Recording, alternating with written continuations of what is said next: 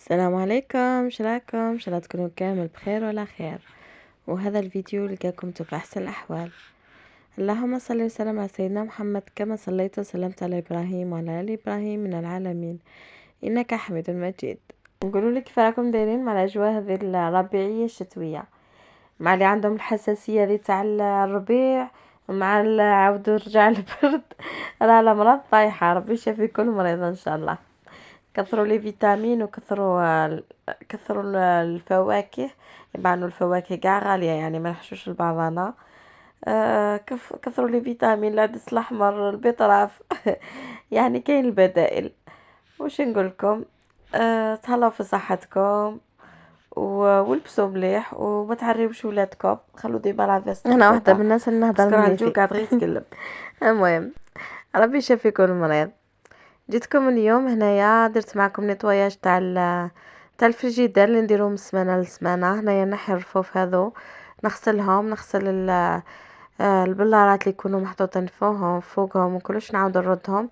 نغسل لي زيتاجير تاع الفريجيدير، ونغسل ثاني الطباق اللي نكون ندير فيهم الخضره. هذا ما نديروش شاك جور، ولا نديرو من شاك سيمين ولا شاك دي جور على حسب واش جاب لي المصروف.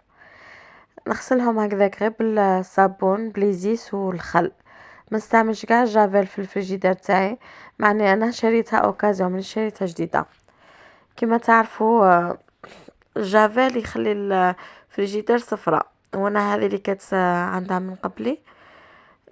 شو ما تكون استعملت لا جافيل باسكو شويه صفراء.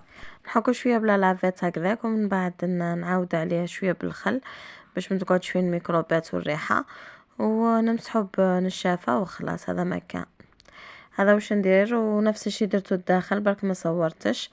وهذا ما كان، ومن بعد نعاود نرجع مصروفي الداخل. ونصيحة، أنا واحدة من الناس مادامني مجربة الكرا وكلش ومجربة الرحلات، من الأحسن سختو هذو اللي يرحلوا كل مدة هكذاك، ما عندهمش يقعدوش في بلاصة فيكس بزاف. من الأحسن تشرو حوايج اوكازيون هكذاك يخسروا في الرحلة، ولا ما يغيظوكمش. شني قابروا حاجة مليحة، يعني تكونوا دو بون اوكازيون، ما تقعدوش كل دقيقة تخدموا فيها. هذا ما كان. اليوم درت مسكوتشو للقهوة، وراني نشوف دايرين هكذاك ترند ولا تحدي تاع المسكوتشو.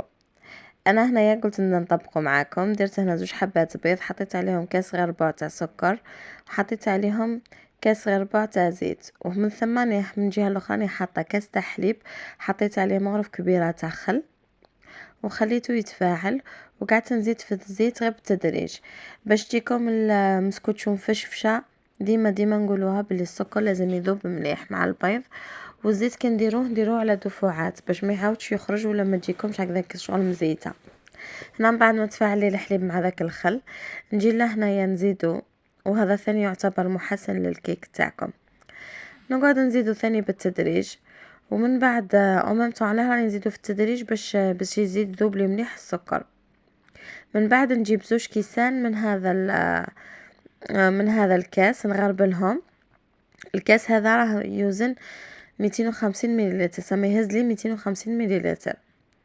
درت منه 2 كيسان تاع فرينه، ودرت 2 باكيات تاع خميره. ومن بعد جبت نص كاس تاع ماء يكون دافي، ونزيدو هنايا في الخليط. من ضروري تنخلو ولا تغربلوا الفرينه نتاعكم، تغربلوا الخميره باش ما نخليكمش حبيبات. انا الماء هنايا سخون، على واش استعملته ثاني كمحسن وبديل للبيض. راح نزيد نص كاس تاع ماء يكون سخون. كيما زدت الماء زدت مورفك ولا نص مورفك ذاك تاع لافاني. بعد جبت هنايا هذا المول تاعي تاع الكيك، القطر تاعو 21 سنتيمتر، بلا ما نحو هذاك القلب الوسطاني. جيت هنايا درت له زبده ولا مارغرين، ومن بعد درت له جلجلان، وجبت شويه من الخليط هكذا، درت له الكاكاو وحطيته في المنتصف. مغرف هكذاك تاع قهوه تاع كاكاو، زدت على هكذاك 3 مغارف 3 مغارف من الخليط.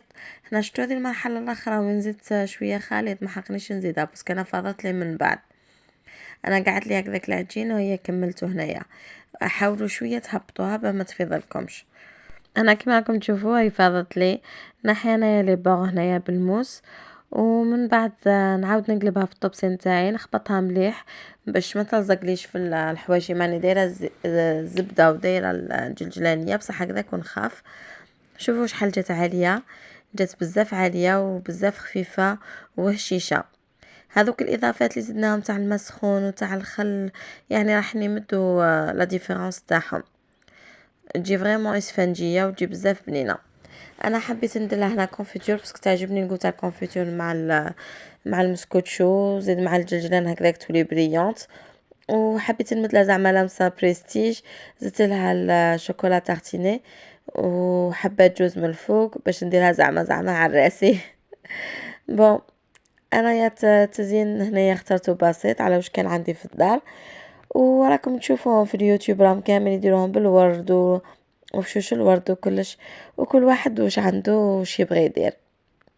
انا ما عندي عرس ما والو، درتها القهوه تقهوينا بها انا والدراري. ان شاء الله تكون عجبتكم. شوفوا كرا تتقطع لي راها شيشه، ومن داخل كاين لي تخي هذوك تاع الكاكاو اللي زادوا بينوها وجات مليحه. يعني اذا اعتمدوا لي غوسيت هكذاك اقتصاديين في العراس حاجه مليحه فرانشمون، باسكو احنا دوكا العراس ولاو فريمون تكلفه زايده، ما وليناش نقدروا نعرسوا. بكري كانت كلش بسيطه كانت امكانيات بسيطه وكانت الناس تعرس ونورمال. دركا ولات اللي يعرس لازم يحسب لها 1000 حساب، واللي يخمم يتزوج يحسب لها 1000 حساب. ان شاء الله ترجع الدنيا كيما بكري كش ما تسقم الاحوال. وهنا رحت نوجد الغدا نتاعي خفيف ظريف. درت طماطيش بالبيض يعني كامل نعرفوها، بصح حبيت نشاركها معكم. وزيد انا قناتي بسيطه واقتصاديه، مانيش راح نشارك معكم غير الحومي والشحومي، راح نشارك معكم مام الاكلات اللي راح ديرهم المراه العاديه في دارها. درت هنايا حبه طماطيش، حبه كبيره هكذاك ولا 2 حبات، قطعتهم هكذاك دي طرونش يكونوا شويه خشان، حطيتهم في مقله فيها شويه تاع زيت، وجيت هنا نكرازي لها شويه تاع الثوم باه نزيدها عليها، زدتها عليها في النص وقلبت الطماطيش تاعي. ما نقلبهاش حتى نشوفها بغات تطيب. هنا الوسطانيه هكذاك نحيت لها الجلفه نتاعها وحطيت الثوم تاعي. ما ملحتش المره الاولى، ذا وين راح نملح. تحبوا زيدوا هنايا فلفل كحل ولا كذا، انايا ما نحبش هذو الصوالح ندير لهم لي زيبيس بزاف، درت لهم غير هذاك الثوم في القاع. وجيت هنا 2 حبات بيض مع المعدنوس، قرصه تاع ملح، وراح نزيدو فوق الطماطيش من بعد ما طابلي. هذا مكان سهله مهله وتجي خفيفه ظريفه في الصيف مع السخانه، يعني مازال ما جاتش سخانه، يعني في الايامات الجايين جات سخانه. جينا بزاف مليحه مع مطلوع، ولا كيما انا هنا درتها مع خبز هكذاك تاع الدار خدمته في الدار، ولا دي بتي بان هكذاك تجي بزاف مليحه. المهم سامبل وافيكاس. اذا كان عجبكم الفيديو تاع اليوم ما تنسوش ديروا لي لايك باش نكمل في المنوال اللي راني ماشيه فيه. اذا راه عجبكم الحال ديروا لي اللايك والاشتراك وتفعيل زر الجرس ليصلكم كل جديد، وبارطاجيوها الفيديو مع اصحابكم باش تعمل فائده. سلام.